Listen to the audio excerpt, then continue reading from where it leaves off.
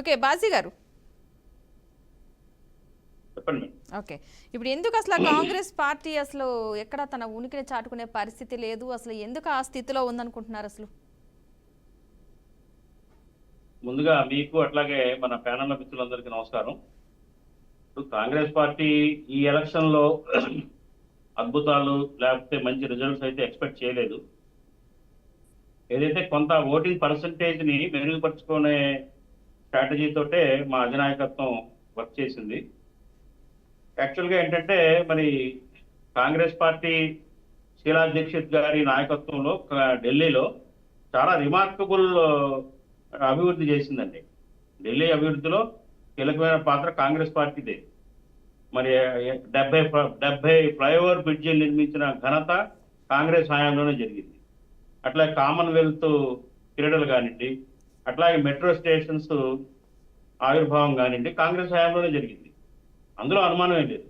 కాకపోతే ఏంటంటే ఆప్ వచ్చిన తర్వాత మరి ఆయన మరి అవినీతిని క్లీన్ చేస్తానన్న ఒక నినాదంతో మరి కొత్తదనాన్ని అక్కడ ఢిల్లీ ఓటర్లు కోరుకోవటం, మరి ఆప్ అధికారంలోకి రావటం, ఆ తర్వాత క్రమేణా మరి ఏదైతే ఇండియా కూటమిలో ఆపు ఇవన్నీ ఉండి కూడా మధ్యలో అభిప్రాయ భేదాలు, కూటమి బలపడకపోవటం, ఇవన్నీ కూడా కాంగ్రెస్ ఢిల్లీలో ఇలాంటి ఫలితాలు చూడటానికి కారణంగా చూస్తున్నాను. మరి అదే పార్లమెంట్ ఎలక్షన్ లో అయితే కాంగ్రెస్ పార్టీ దాదాపు 20 సీట్లు గెలవలేకపోయినా కానీ 24% ఓట్లు సాధించడం జరిగింది. మరి లాస్ట్ ఎలక్షన్ కంటే కూడా ఈసారి మరి 6.4% ఓట్స్ తోటి కొంత మెరుగైనప్పటికీ కూడా ఇవి మాకైతే చాలా నిరాశాజనకమైన ఫలితాలు. కనీసం 2 నుంచి 5 సీట్లన్నా వస్తాయని అనుకున్నాము. కనీసం ముస్లిం నియోజకవర్గాలు ఏదైతే ఉన్నాయో 12 నియోజకవర్గాలు అక్కడన్నా కొంత ప్రగతి కాంగ్రెస్ పార్టీ సాధిస్తుందని చెప్పేసి ఆశించాం, కానీ మాకు ఆశాభంగమే జరిగింది. కాబట్టి ఏంటంటే మా అగ్రనాయకత్వం ఇప్పటికైనా కానీ కొంత స్ట్రాటజీలో మరి ఆలోచించాల్సిన అవసరం ఉందని చెప్పేసి నేను వ్యక్తిగతంగా భావిస్తా ఉన్నాను. ఏదైనప్పటికీ కూడా మరి బీజేపీ మరి కేంద్రంలో కూడా ఉంది, అట్లాగే రాష్ట్రంలో కూడా అధికారంలోకి ఇస్తే మరి కొంత ఫెసిలిటీస్ వస్తాయి అనే ప్రజలు ఆశించి బీజేపీకి పట్టం కడుతున్నారు. అట్లాగే బీజేపీ తన స్ట్రాటజీ కూడా మార్చుకుంది. మరి అన్ని చోట్ల కూడా సబ్సిడీలు వద్దు, ఉచితాలు వద్దు అని చెప్పి ఢిల్లీలో అయితే అనేకమైన ఉచితమైన పథకాలు మరి ప్రకటించింది మేనిఫెస్టోలో. ఇది కూడా ఒక కారణంగా బీజేపీ ఆధిక్యంలోకి రావడానికి ఒక కారణంగా నేను చూస్తున్నాను. కారణం ఏంటంటే ఢిల్లీ అంటే ఒక మినీ ఇండియా లాంటిది. అనేక ప్రాంతాల నుంచి మధ్య తరగతి నుంచి దిగువ మధ్య తరగతి ప్రజలు ఎక్కువగా ఉంటారు. మరి బీజేపీ ఇచ్చిన హామీలు కానివ్వండి, ఉచితాలు కానివ్వండి కరెక్ట్గా కనెక్ట్ అయ్యారు, నమ్మారు. ఎందుకంటే మరి దేశంలో అధికారంలో బీజేపీ ఉంది కాబట్టి మరి రాష్ట్రం కూడా అభివృద్ధి చెందుతుంది, వాళ్ళు చేస్తారు చెప్పింది అని ప్రజలు నమ్మి బీజేపీకి ఓట్లు వేసినట్టుగా అర్థమవుతా ఉంది. ఎనీహౌ ఏంటంటే మాకైతే ఇది ఒక చాలా నిరాశాజనకమైన పెర్ఫార్మెన్స్ గా మేము చూస్తూ ఉన్నాము. ఇప్పటికైనా మా అగ్రనాయకత్వం మరి ఏదైతే వచ్చే రాబోయే ఎలక్షన్స్ లో అయినా కానీ ఈ ఏదైతే అలయన్సెస్ తోటి వెళ్ళటం చాలా మంచి రిజల్ట్స్ వస్తాయని చెప్పేసి నేను వ్యక్తిగతంగా భావిస్తున్నాను మేడం. అంటే బీజేపీని ప్రజలు ఆదరిస్తున్నట్లుగా కనిపిస్తుంది ప్రస్తుతం ఉన్న రిజల్ట్ ప్రకారం మనం చూస్తుంటే. సో దీన్ని మీరు స్వాగతిస్తారా? అలా కాదండి. ఏదైతే రాష్ట్రం వరకు చూస్తే కనుక రాష్ట్రానికి ఏదైతే ఢిల్లీలో ఉన్న ప్రజలు, ఢిల్లీలో కూడా బీజేపీ గవర్నమెంట్ ఉంటే అక్కడ ఇక్కడ రెండు ఒకటే గవర్నమెంట్ ఉంటాం కాబట్టి ప్రయోజనం కలుగుతుందని ఆశించారు. బట్ కేంద్ర ఎన్నికలు ఏదైతే జనరల్ ఎలక్షన్స్ లో పార్లమెంట్ ఎన్నికల విషయానికి వచ్చేసరికి మళ్ళీ కాంగ్రెస్ పార్టీయే మరి గత ఎలక్షన్స్ కంటే కూడా మెరుగైన ఫలితాలు వచ్చినాయి. మాకు కూడా ఢిల్లీలో 24% ఓట్లు వచ్చినాయి. మీకు చూస్తే గణాంకాలు చూస్తే కనుక అంటే ఏంటంటే మా సీట్స్ కూడా పెరిగినాయి. హోల్దీ ఇండియా కూటమిగా మరి ఇండియా పార్లమెంట్ ఎలక్షన్స్ లో పోటీ చేస్తే మంచి ఫలితాలు వచ్చినాయి. ఇండివిజువల్ గా అసెంబ్లీలో కనుక చూస్తే కనుక ఆ తేడా వస్తుందండి. అసెంబ్లీలో అంటే స్థానిక అవసరాలు, స్థానిక ప్రయోజనాలకే ప్రజలు పట్టం కడతా ఉన్నారు. బట్ ఓవరాల్ గా దేశం మొత్తం మీద చూస్తే కనుక ప్రజలు మరి దేశ పరిపాలనలో మార్పు కోరుకుంటున్నట్టుగా స్పష్టంగా అర్థమవుతుంది. అది రాబోయే ఎలక్షన్స్ కి ఆ సంకేతం ఇంకా పెరిగి, ఆ ఆలోచన పెరిగి మరి వచ్చే ఎలక్షన్స్ లో ఇంకా మంచి గ్రోత్ రావచ్చు కూటమికి, ఇండియా కూటమికి అనేది నా ఉద్దేశం అండి. ఓకే. ఓకే. మస్తాన్ రావు గారు, ఏంటి అసలు కాంగ్రెస్ తన ఉనికిని అసలు కొద్దిగా కూడా చూపించలేని పరిస్థితి ఉంది. అసలు ఎక్కడ ఏం జరిగిందంటారు? అంటే గతంలో ఒక 27 ఏళ్ళు బీజేపీని అధికారంలోకి రాకుండా చేశారు ఢిల్లీలో. గతంలో 3 సార్లు కాంగ్రెస్, తర్వాత ఆపు. సో ఈసారి మాత్రం బీజేపీ వస్తుంది. సో ఏం జరిగింది? అంత ఏలిన కాంగ్రెస్ ఎందుకు ఇప్పుడు కనీసం తన హవా 1-2 సీట్లలో కూడా కనిపించలేని పరిస్థితి నెలకొంది? సో దీన్ని ఏ విధంగా చూడాలంటారు? కాంగ్రెస్ పార్టీ పూర్తిగా సమీక్షించుకోవాలి. ఆల్రెడీ కాంగ్రెస్ పార్టీకి సంబంధించిన నాయకత్వం మీద అప్పుడు ఒమర్ అబ్దుల్లా లాంటి వాళ్ళు ట్వీట్ చేశారు. అంటే ఇండియా కూటమి నాయకత్వంలో లుకలుకలు అనేది మరోసారి బయట పెట్టిన పరిస్థితి కూడా కనిపిస్తాం. నిజానికి ఇప్పుడు మన సార్ చెప్పినట్టు కాంగ్రెస్ పార్టీ బాజీ గారు ఆయన చెప్పినట్టు ఇప్పుడు ఏమవుతుందంటే లోక్సభ ఎన్నికల్లో చూస్తే కొంతవరకు మహారాష్ట్రలో కూడా కాంగ్రెస్ పార్టీ వైపు మొగ్గు చూపారు. మరి అసెంబ్లీ ఎన్నికల్లో మహారాష్ట్రలో చూసినట్లయితే మనకి అదేవిధంగా హర్యానాలో కూడా అదే విధంగా అంటే మళ్ళీ వెంటనే ఒక 6 నెలలు 7 నెలల్లోనే ఓపెన్ తమ అభిప్రాయాన్ని మార్చుకున్న పరిస్థితి కూడా ఉంది.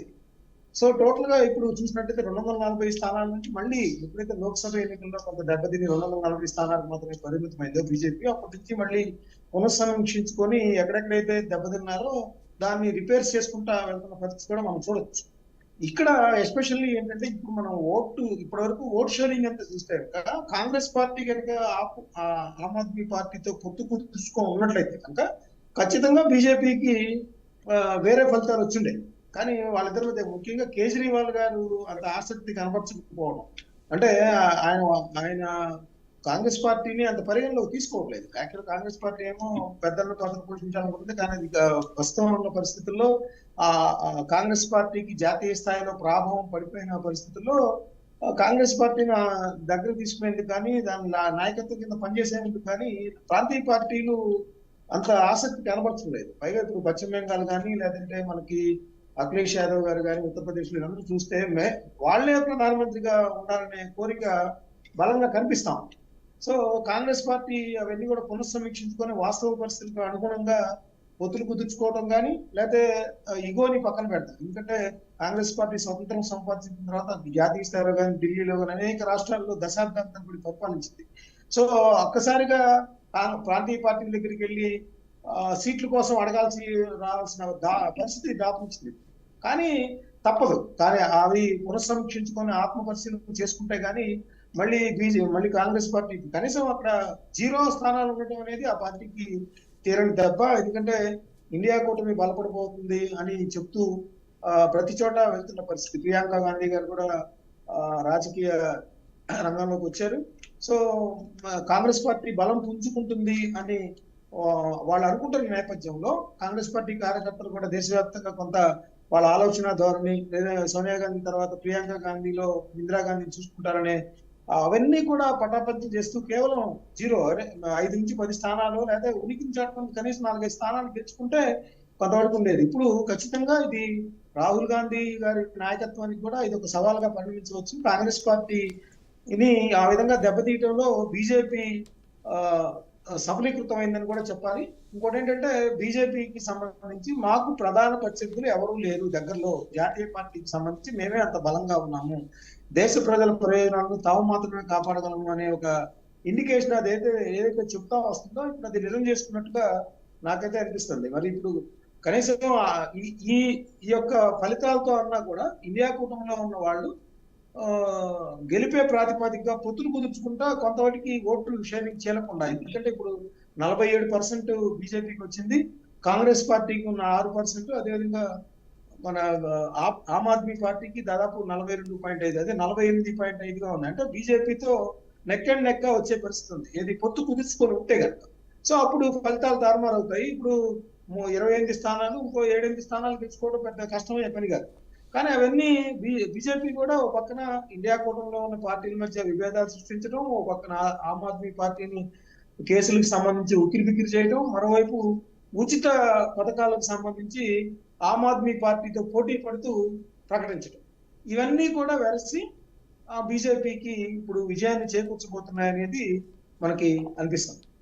అంటే ఇప్పటివరకు మనం చూసుకున్నట్లయితే కనుక ఆప్ అభ్యర్థులు దాదాపు ఒక 15 నియోజకవర్గాల్లో చూసుకున్నట్లయితే ఇటు ఆపు బీజేపీకి మధ్య కేవలం ఒక 3000 ఓట్ల మార్జిన్ మాత్రమే ఉంది. సో ఈ కేసు అటు ఇటుగా ఏమైనా ఇంక ఇవి కూడా చేంజెస్ అయ్యే అవకాశం ఉందనుకోవచ్చు అంటారా మొత్తంగా?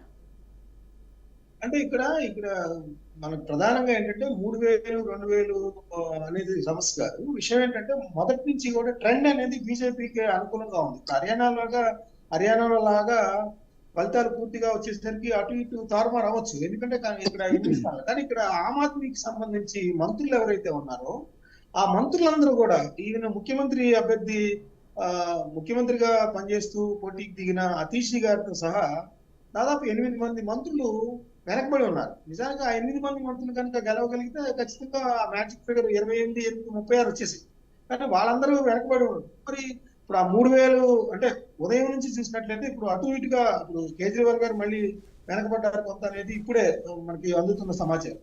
సో ఇట్లా అది దోబూచులాడుతున్నట్టుగా ఉంది. అంటే ఒక స్ట్రాంగ్ పర్సన్ గా ఉన్న కేజ్రీవాల్ సులభంగా గెలవాల్సిన పరిస్థితిలో నుంచి రౌండ్ కి తన అదృష్టాన్ని పరిస్థితులు రావడమే ఆమ్ ఆద్మీ పార్టీ ఓటమి దిశగా వెళ్తుందనడానికి కొంత ఉదాహరణగా చెప్పొచ్చు. ముఖ్యమంత్రి అభ్యర్థి ఏమో దాదాపు వెనకబడే ఉన్నారు. ఇప్పటి వరకు ఆమె ముందుకు రాలేదు.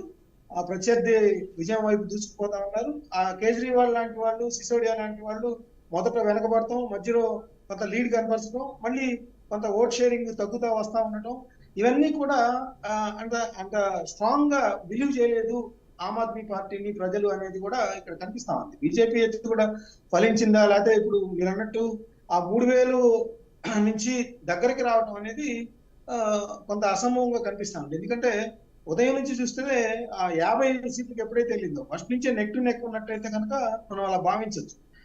50 నుంచి ఏదైతే మీరు చెప్పిన ఓట్ షేరింగ్ తగ్గిన స్థానాలు ఉన్నాయో అది తగ్గుతూ వచ్చేసి బలహీనంగా ఉన్నది. ఆ 40 దగ్గర మాత్రం స్థిరపడింది బీజేపీ. ఇందాక నుంచి చూసినట్టయితే మనం ఒక గంటన్నర చూసినట్టే 40-42 దగ్గర నుంచి తగ్గట్లేదు బీజేపీ ఎక్కడ కూడా.